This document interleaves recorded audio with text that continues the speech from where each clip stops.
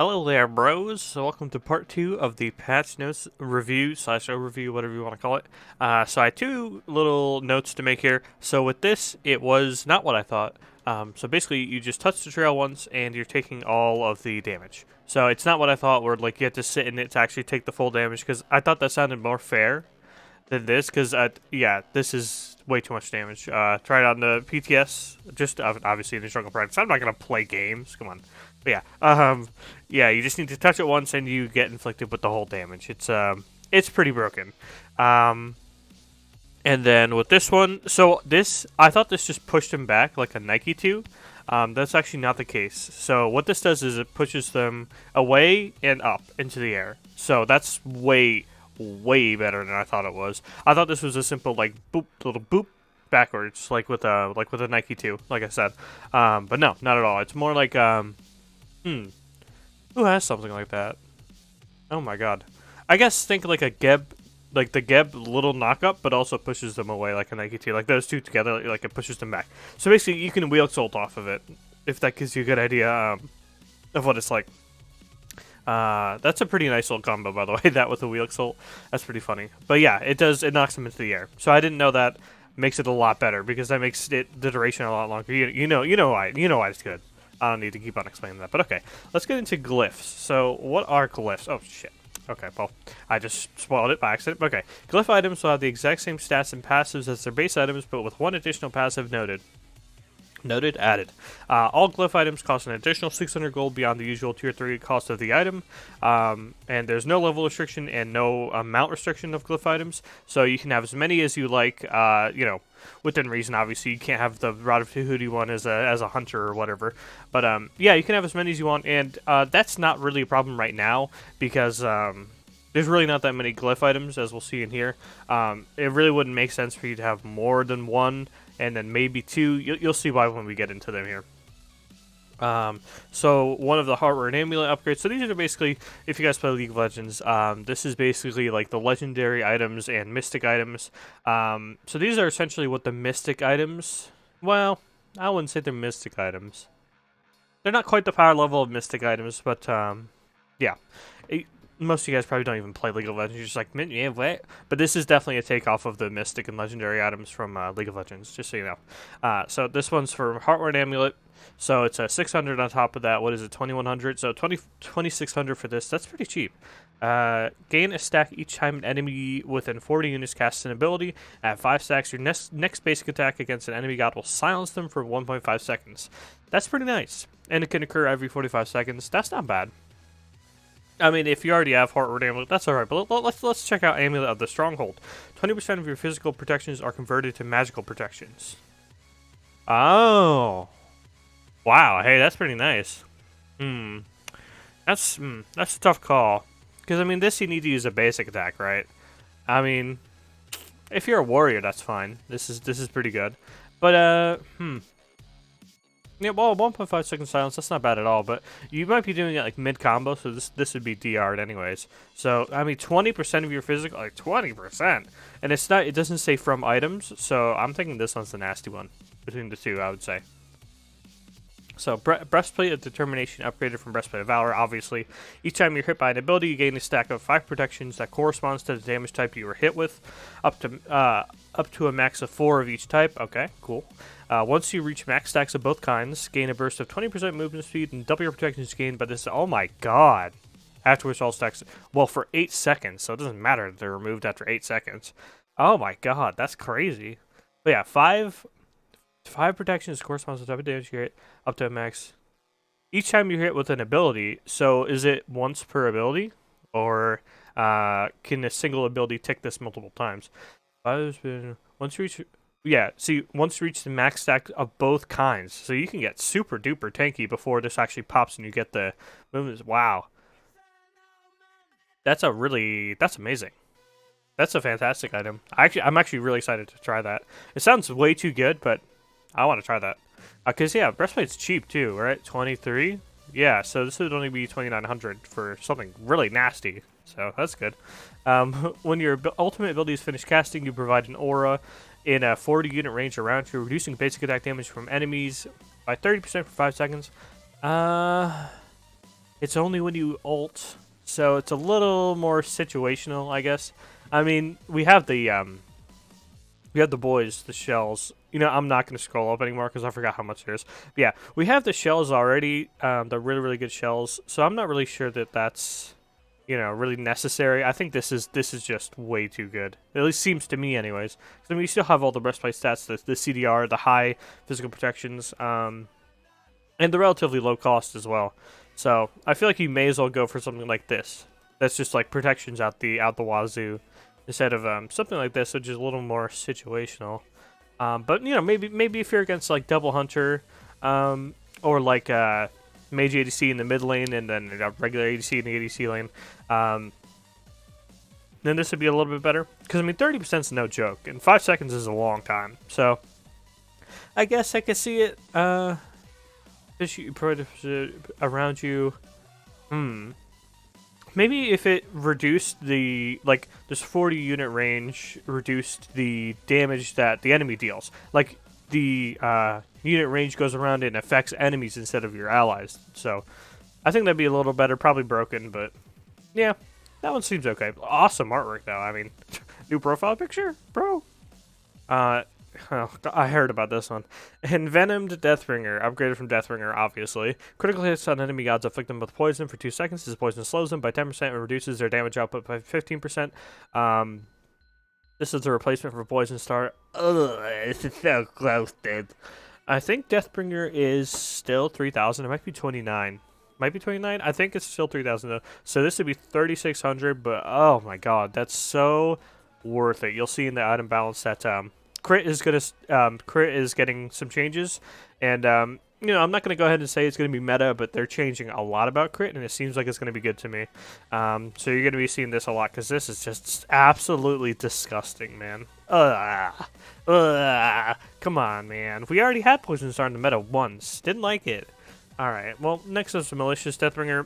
They removed Malice from the game, which is one of my favorite items. That was such a cool and fun item, but I guess we just can't have nice things. But anyway, successfully hitting an enemy god with critical strike will subtract 1 second from all your abilities currently on cooldown, except your ultimate. Pretty much the same as Malice. I mean, absolutely pales in comparison to Envenomed Deathbringer. No real reason to go this. Over the, I mean, as long as this is in the game with these stats, then you're definitely going to be going this if it's available to you over that. But anyways, Jotun's Ferocity upgraded from Jotun's Wrath. Your next basic attack marks an enemy god. If you hit the marked enemy or the marked enemy hits you with a basic attack or ability, you gain 1 stack. Each stack provides 2% increased damage towards the marked enemy, stacking up to 10 times. This effect can only occur every 60 seconds. Oh, wait, what? Oh, my brain faded away with the song there. If you hit the marked and it hits you, you gain 1 stack. Each stack stacking up to 10 times. Wait, so how do you gain stacks? You don't gain a stack every 60 seconds, do you? That can't be. Because if it's max 10 stacks, then it would take you 10 minutes to fully stack on someone. Well, it is 20% increased damage. So I guess, like, but like, if you hit, yeah, if you auto someone else, then you just mark them instead. You lose all your marks. What? This isn't. But I mean, this effect can only occur every 60 seconds, so it has to be you mark them every 60 seconds. So I guess this is something like prolonged throughout the game. But like, are you not gonna auto attack other people? Yeah. I'm gonna have to try that for myself. Not gonna give a final conclusion on that just yet. I have to try that for myself. Okay, if you drop beneath 40% health, gain 10% move speed and 40% physical ability lifesteal for 5 seconds. This can only occur every 15 seconds. Okay, I mean that seems more applicable. Like this seems like more of a regular use item. I don't. Again, I'm gonna have to try that one. I'm not gonna compare it to this one. Okay, so I just think that sounds good. That sounds like a good little item there. And Jotun's, again, for some reason, it's really, really cheap. I'm still confused as to why they made it so cheap. You know, 20% CDR, all that good stuff. But anyways, so since it's cheap, this will be cheap as well.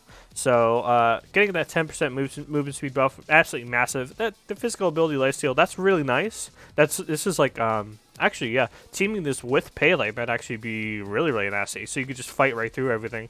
But, you know, other characters don't necessarily benefit that much from it. Like, Sasano, once he hits 40% health, he's probably already used all his abilities anyways. Yeah, I mean, this is still going to be beneficial. You definitely still want to buy this if you have the means to. You definitely still want to buy that. Calamitous Rod of Tahuti, successfully hitting an enemy god, causes down a meteor that lands for 1.5 seconds, dealing 100 plus 30% of your magical power, damage within a 15-unit radius, can only occur every 90 seconds. So I've seen this one on Twitter.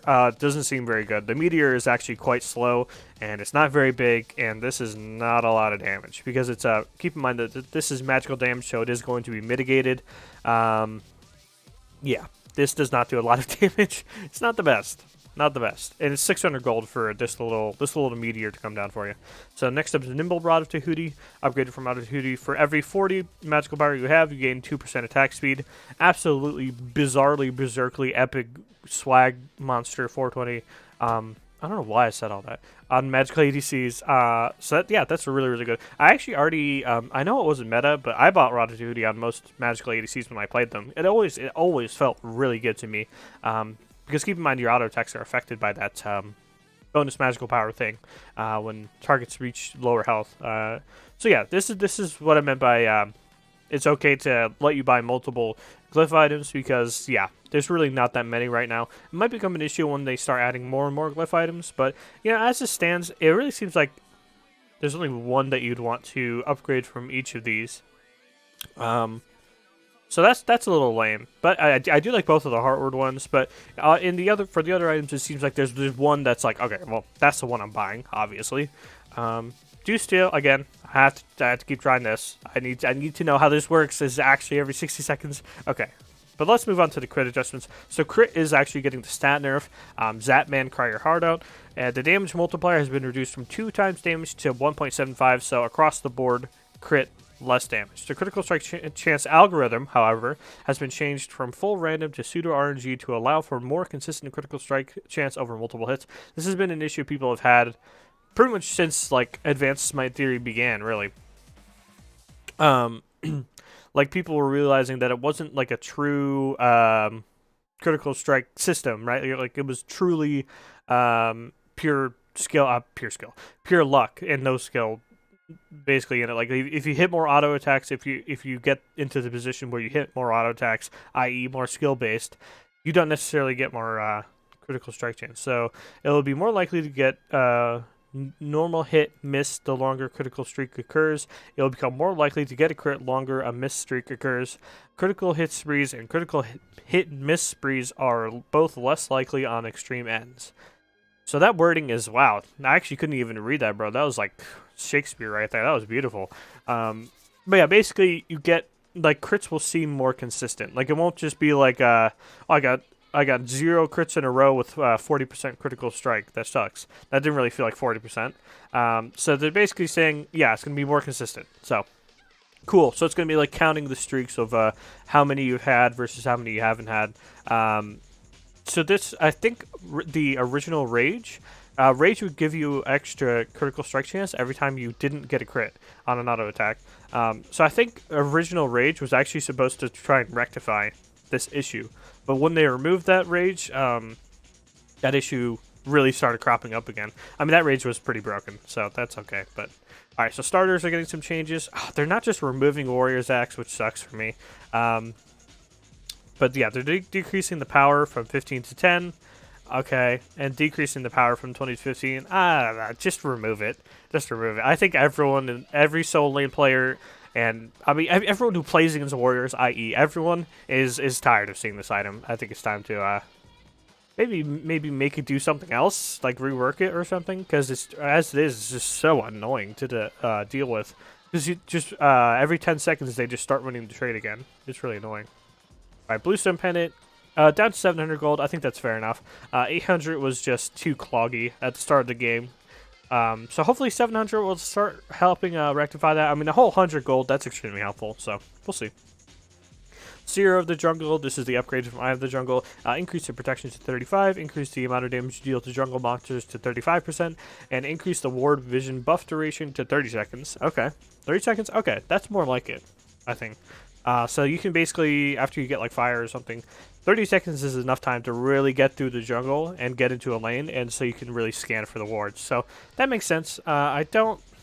Well, I have the jungle still being picked up, so here and there. So I think that'll be okay. I'm not saying that'll be the one you go, because obviously Boom's Hammer is insane. And Protector of the Jungle as well is actually getting a buff to 70 power. So I'm thinking I personally will probably be going Protector of the Jungle still on either the jungle gods, but that's just me. Tainted Steel getting a price reduction to 650 gold. I think that's just to bring it more in line, because other starter items around it began getting more protections and more power. So the fact that it had 15 power and the protections on it as well is not really as amazing a stat as it was before. So bringing it down to 650 gold makes sense. So Mystical Mail decreased the damage aura from basically the base damage of 30 is now down to 25. So that's pretty significant, especially if you rush this item. Still really solid base stats on this item. Just knowing what's below this, there's not really much that would replace Mystical Mail in my mind, at least. Maybe there's reason to go Breastplate now, so you can get those Glyph items over Mystical. But I think Mystical still seems like a pretty reasonable prospect, because it still has that decent price to like health and protections and the CCR on it as well. And then, of course, just a little bit of damage as well. So I don't know, it still seems pretty good to me. But Pridwin is finally getting nerfed, decreases shield from 125% of your protections from items to 100%. That's going to feel a lot better, and it's going to not just be that one item win button, basically where you just get a massive shield for it.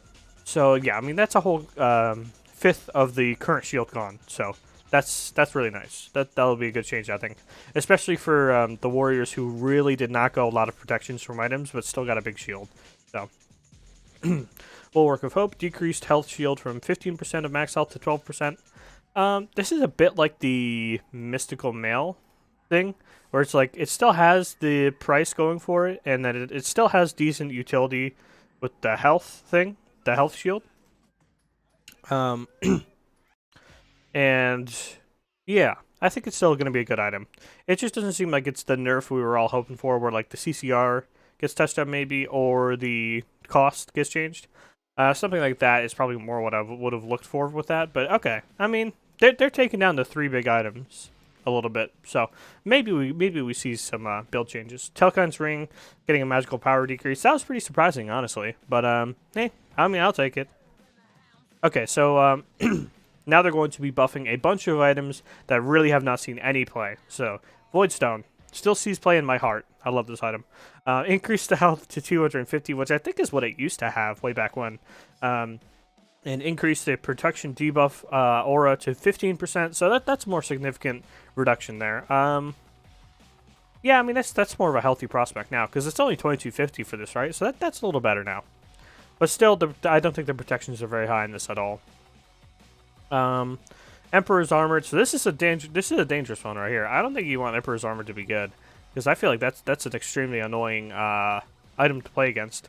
And like, bro, this was meta in Clash. Like, I'm actually not capping. Like, I wouldn't buy it though, because you know it's not very fun. But Emperor's Armor, 2,000 gold for 300 health, and this wow, it's up to 50% now.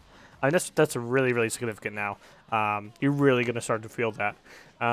So maybe with or against extremely heavy siege comps, that'd be pretty good.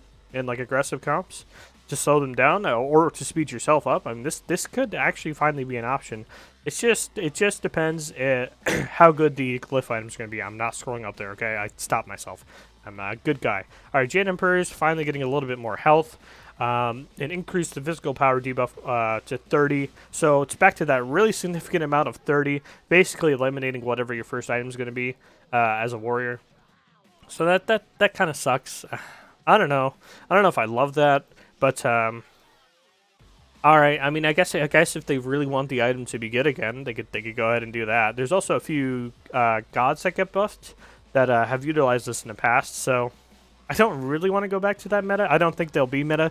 It's just I don't like the prospect of the possibility of them coming back. So Blackthorn finally getting a nerf. This item was absolutely crazy. I don't know why they exploded it to the extent that they did. But okay, it's down to 35 power, 300 health, but now it has some protections on it, 25 magical and physical. I mean, still a really solid item, right? Especially considering it's only 2200. I mean, you can never give up double protections on an item for 2200 with power and health, and I'm assuming it still has the whole passive deal, so it also has 10 CDR on it, and then the MP5 if you get low on mana, so that's cool.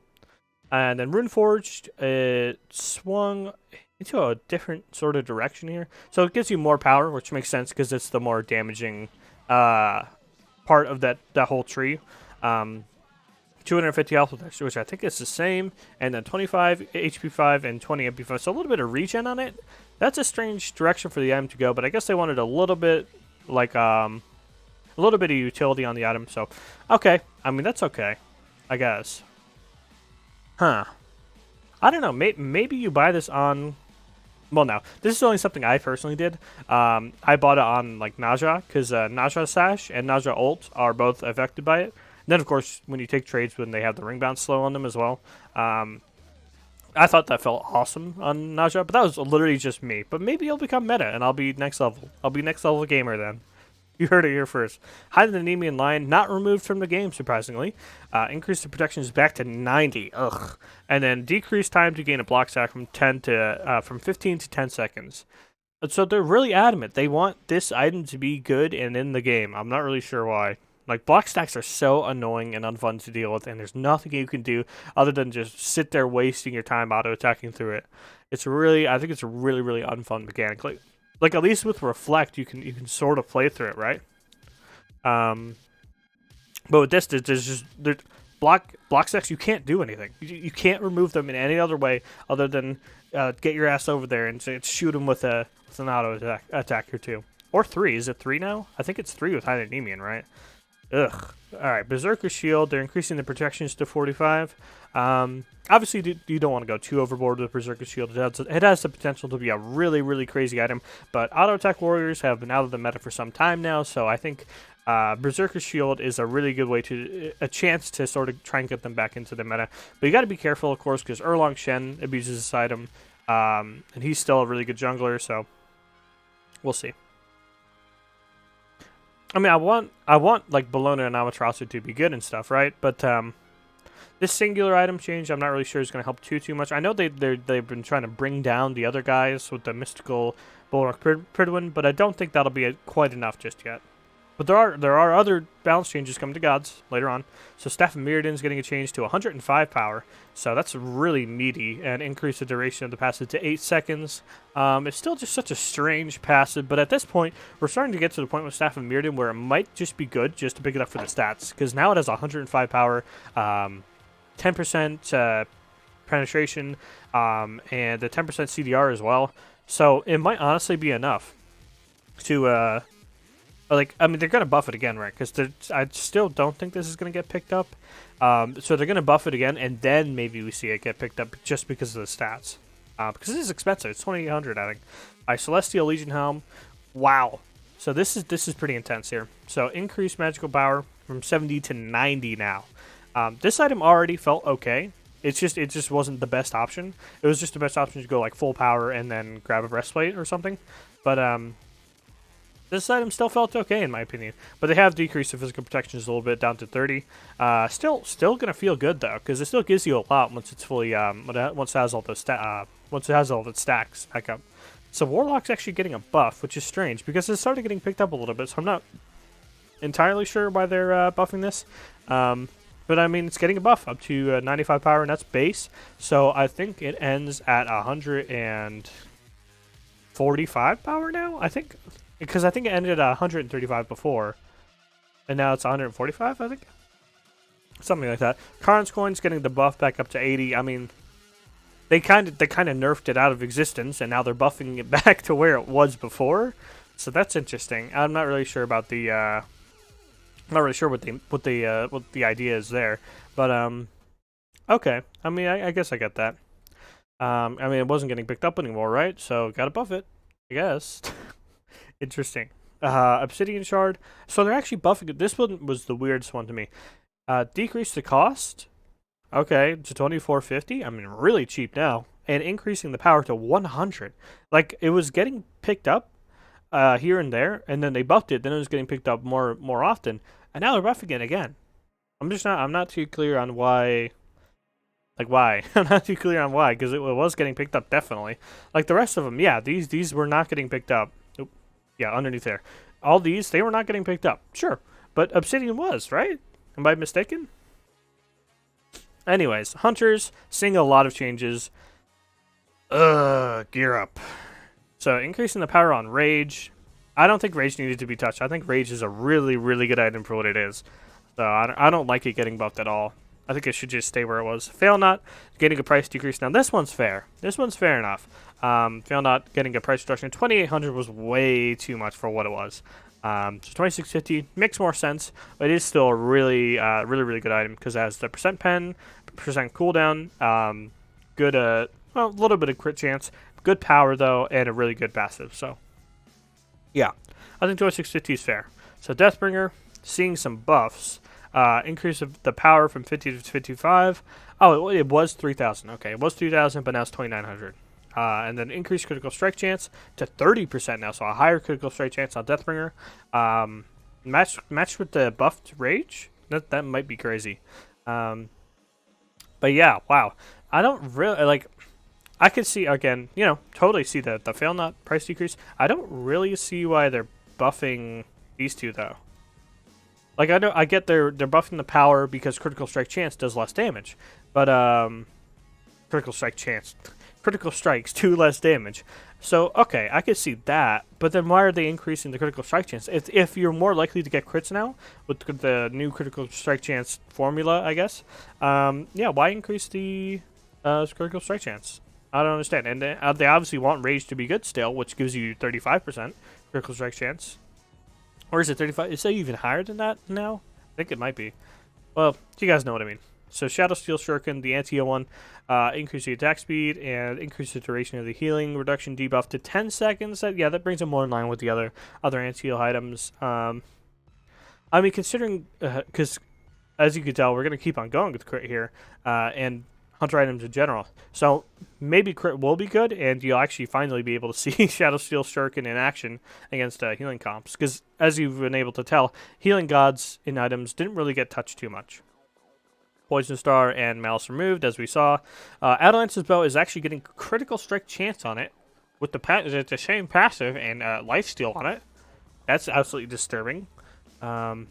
But yeah, it doesn't seem to give pen anymore. So this is what I want them to do with every single item on the list from here on in. I want them to do all this, but also put the passive in there so we can have it all neatly compacted into one little. I know, again, they don't want it to be too long. They don't want the passive to be too long.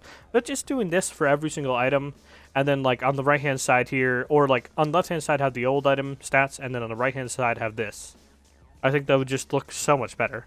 And be so much easier to read and understand what exactly they're changing. But okay, yeah, they're adding lifesteal, adding critical strike chance. I think that's the same attack speed, definitely the same power. No percent penalty anymore, but that doesn't matter because 20% is a really decent amount for 2350. And Silver Branch Bow is actually getting another change. It's getting a cost boost up to 2400. However, it is getting increased percent physical penetration to 20% now, so that's pretty nasty. That's like what the old Atalanta's bow was. It just depends, I guess, on the gods that are going to be meta, because I do think Rom, Chernobog, I think they're going to be coming back. I think they're making a comeback with some of these items, especially with the Atalantas. Wind Demon is untouched, so that's still decent. And then Deathbringer, of course, as well, is pretty good. And then Devourer's Gauntlet is another reason for those gods. So they decreased the stack count by 20, a huge 20 stack difference. Back down to 50 stacks for Devourer's Gauntlet. And they're increasing the total power up to 70. So you get more power in a lower amount of time. I mean, Dev's gloves, yeah, they weren't being picked up. So, I mean, they probably needed a change if they wanted them in the meta. But, Zam, that's going to be really... Oh, man, we're going back to Devourers again, bro. Oh, my God. You didn't hear that. We're going back to Devourer's Gauntlets again, bro. Again. I mean, I guess they want a meta shift? Okay, but doing the same thing again. Seems like to me, anyways, because it seems like a lot of the same old faces we've been seeing since season 5 or 6, I think. But all right, Toxic Blade increased max stacks from 2 to 3. I thought it had 3 stacks on it. No. Increased max healing reduction to 60%. I thought it had 3 stacks. Oh. Whoops. Okay. Well, apparently Toxic Blade only had 2 stacks on it, boys. I didn't. I thought it had 3. Okay, so it could go up to 60% now. That's really nice. So then that makes you wonder which one's better, Shadow Steel Shuriken or Toxic Blade, because Toxic Blade is more attack speed, but this has less anti on it. But I mean, this gives you crit, obviously. So there's that.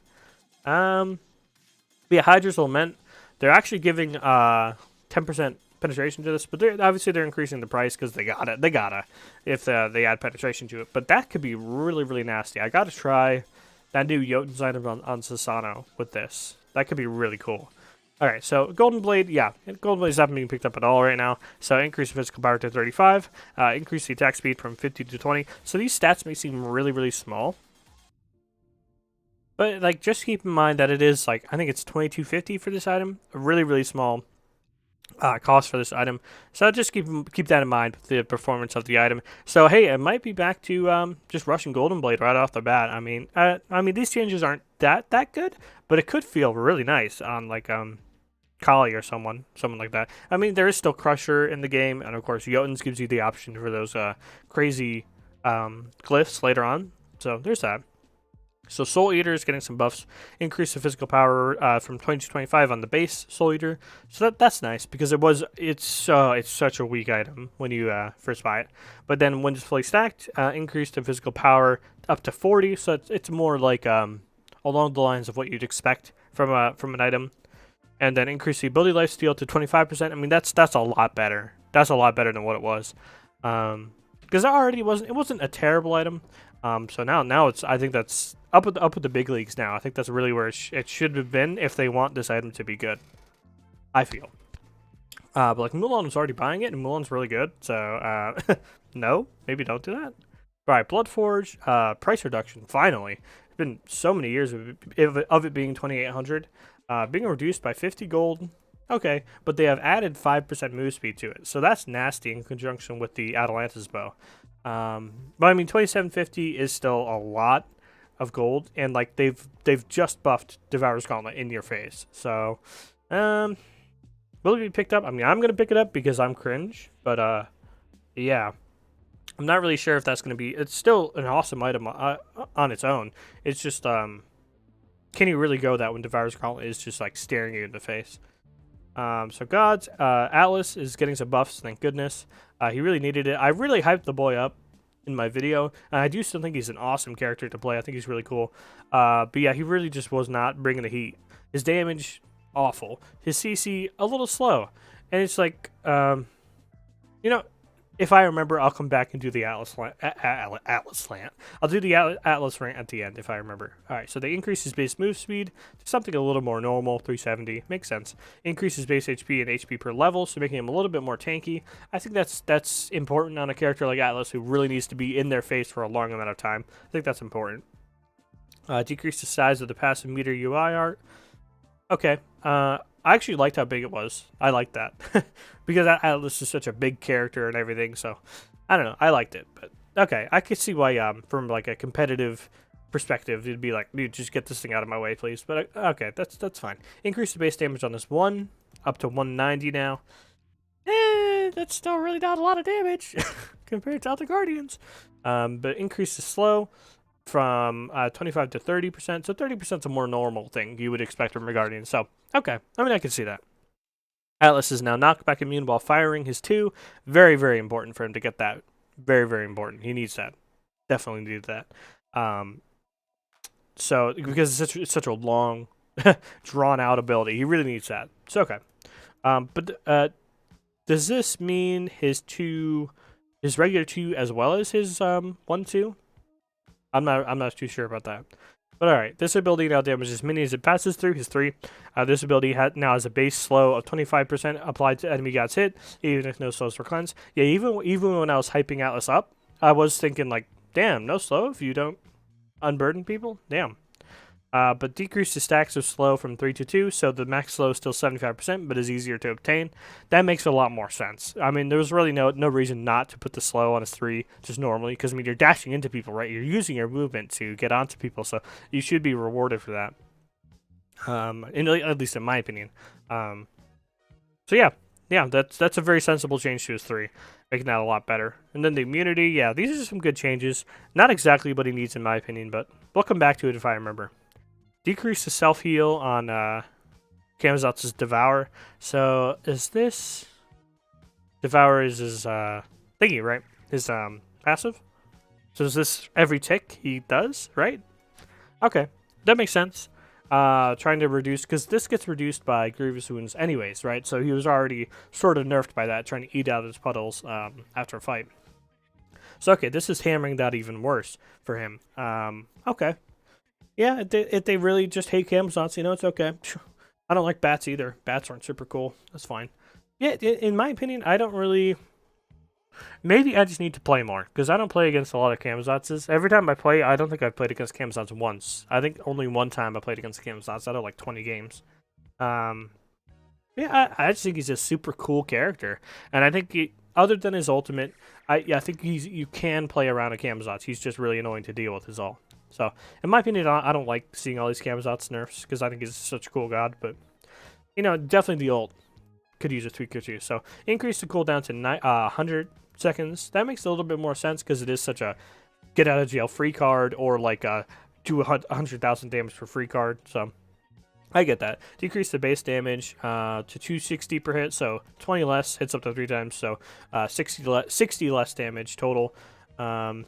That's pretty impactful, I would say, especially considering late game. You know, the late game, he would just swoop in and do half of your health for free. So this helps that a little bit, but doesn't really seem to, yeah, really doesn't affect his early mid all that much. Oh, there's actually a jump here. Or am I stupid? I'm stupid. Okay, I was looking at the wrong one. Okay. Yeah, it doesn't really affect his early mid. So, okay, they're not nerfing him too hard. But I think this is a huge hit to his, what's it called? His suck. is sustain. So Soul's actually getting some nerfs. That's pretty interesting to see. I'm a little sad about that, because I think Soul's a really cool god. She was really impactful when she first came on the scene. So it's always nice. I like to see those gods sort of, you know, be good here and there, you know, like a Bologna. I'd like to see Bologna be good again, despite the fact that, yeah, she terrorized the entire scene at the start of season 2. You all know the story. But yeah, I like seeing them pop up here and there. So it sucks that she's probably going to be played less after this one, because decreased the heat generation from her 1 down to 70%, 10% at all ranks. So yowza, that's going to suck early game, especially when Soul's at her worst.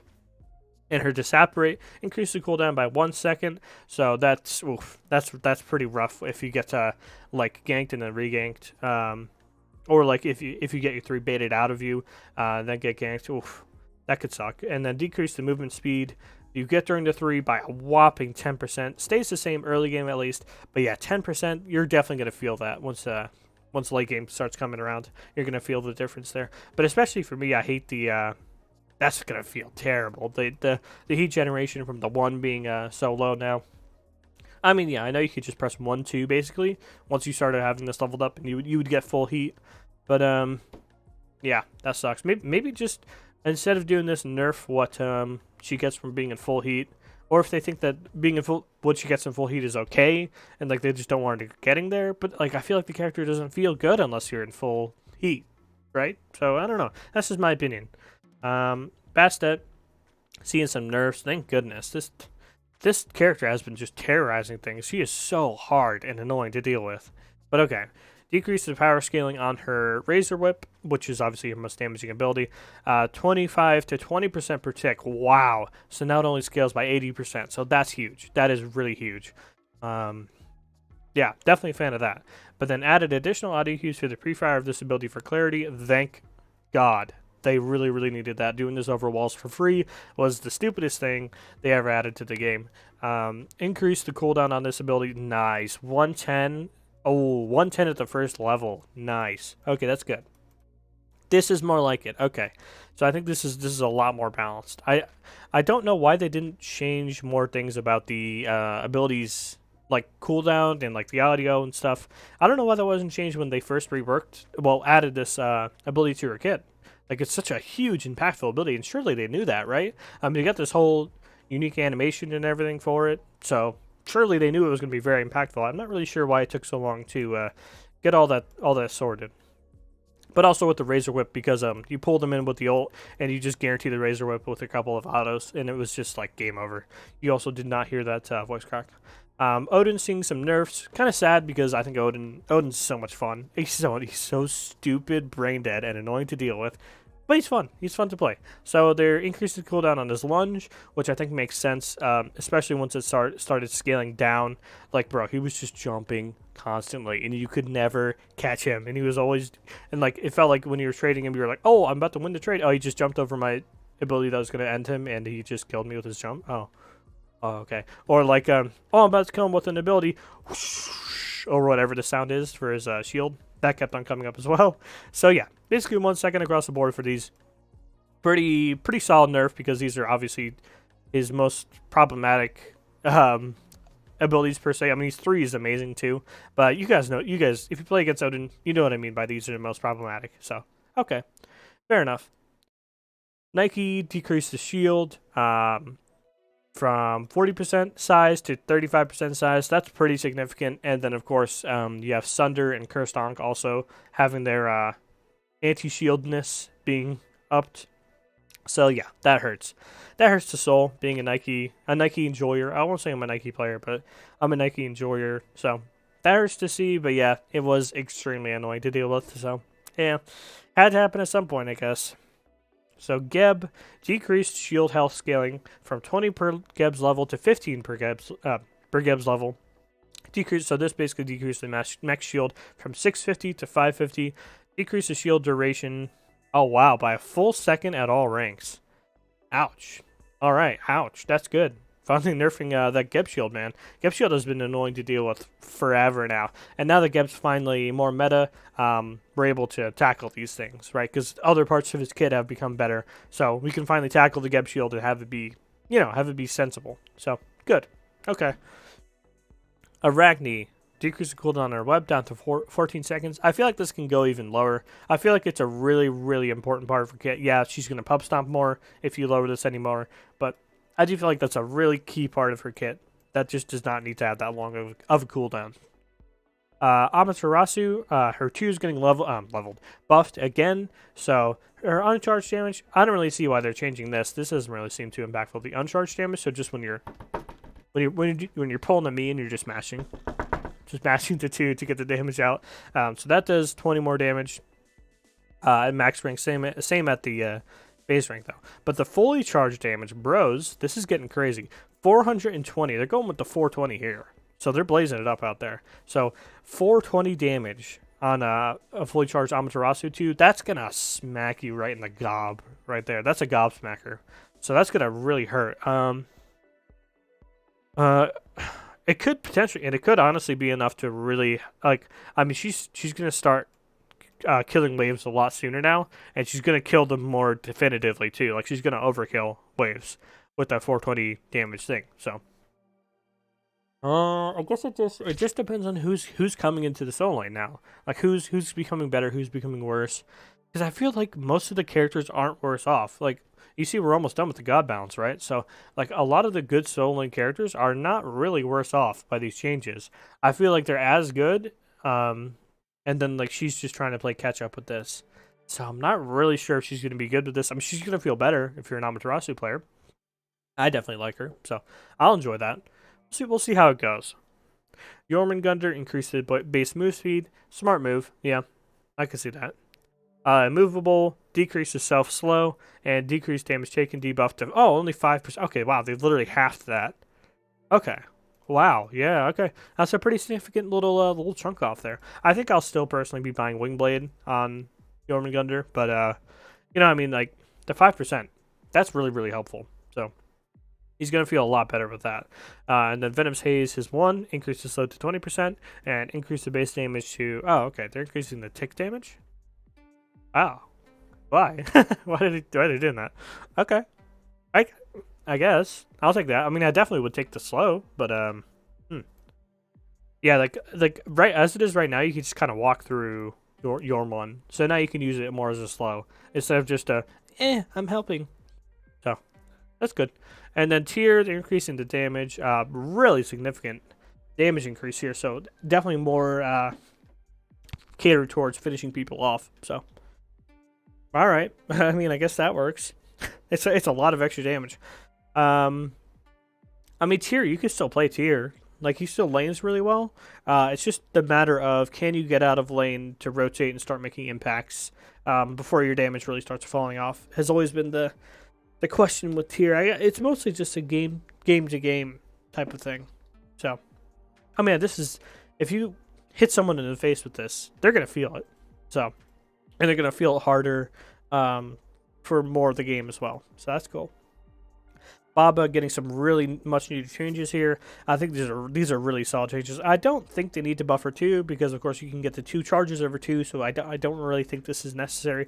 But a big one is her ultimate no longer self-rooted on fire. On fire. Yeah, it says on fire.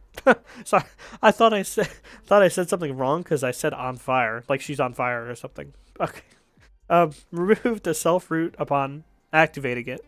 So that's really great. Reduced the pre-fire time from 0.5 seconds to 0.2 seconds, so over halved it.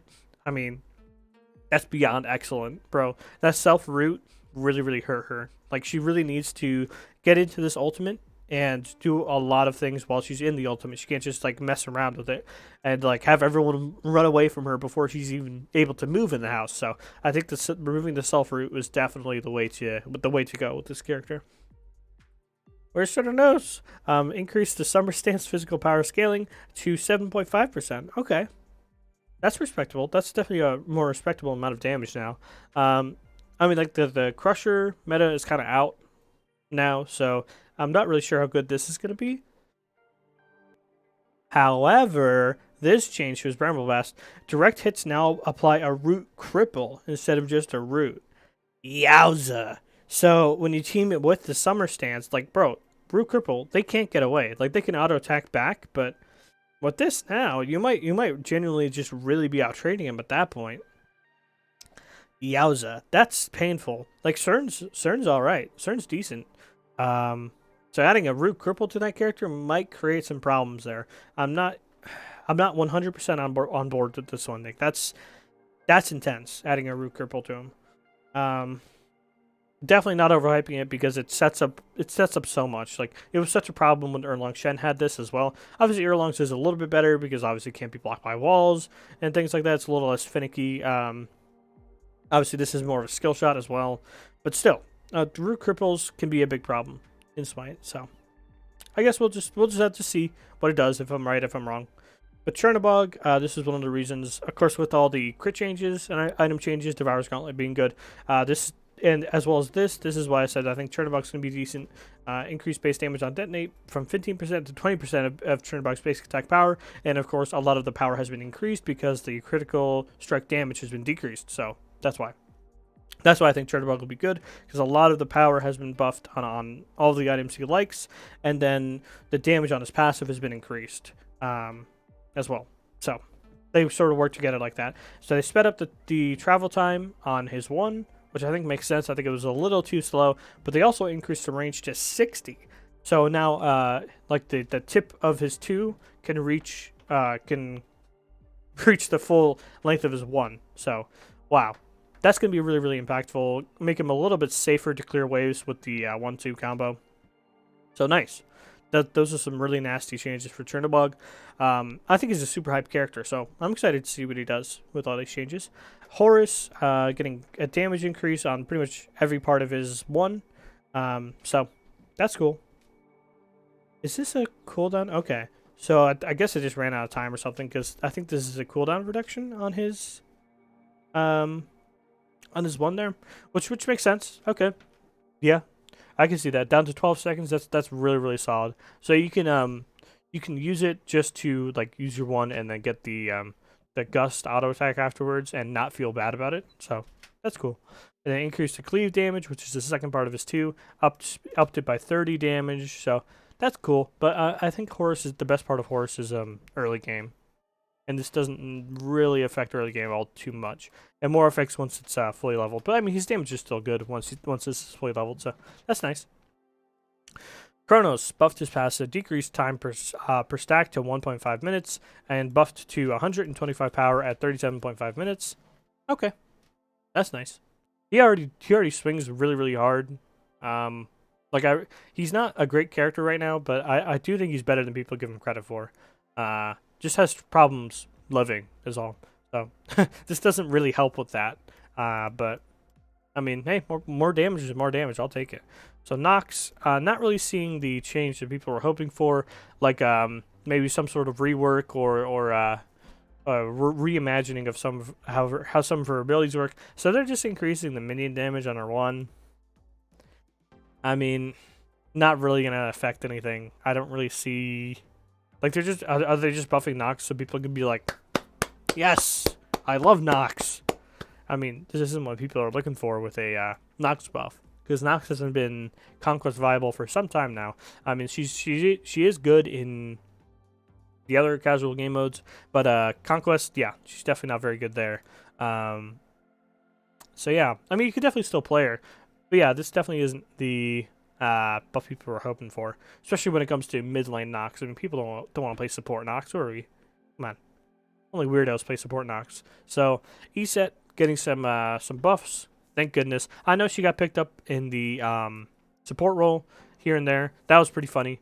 But yeah, in terms of being a mid laner, like Nox, right? Like in terms of being a mid laner, she's not where she should be. So increasing the base damage on her spear ball, which is actually interesting to me. They saw her being in the support role where she wasn't really buying a lot of power, but then they increased her base damage on her too. So that's interesting. But only up by 20, not exactly a huge amount, but I mean, that is, you know, it hits harder, right? So that's good. And then decreasing mana cost on her Wing Gust, only fair. I mean, it cost way too much mana. I don't know why it cost so much mana. I think that was just a relic from the past, these numbers. And then increase the aura radius of ally buff from 40 units to 55 units. Okay. Yeah, that makes sense, because it is a really good buff. It gives 10 CDR. Well, is the 10 CDR only for her, or is that part of the aura?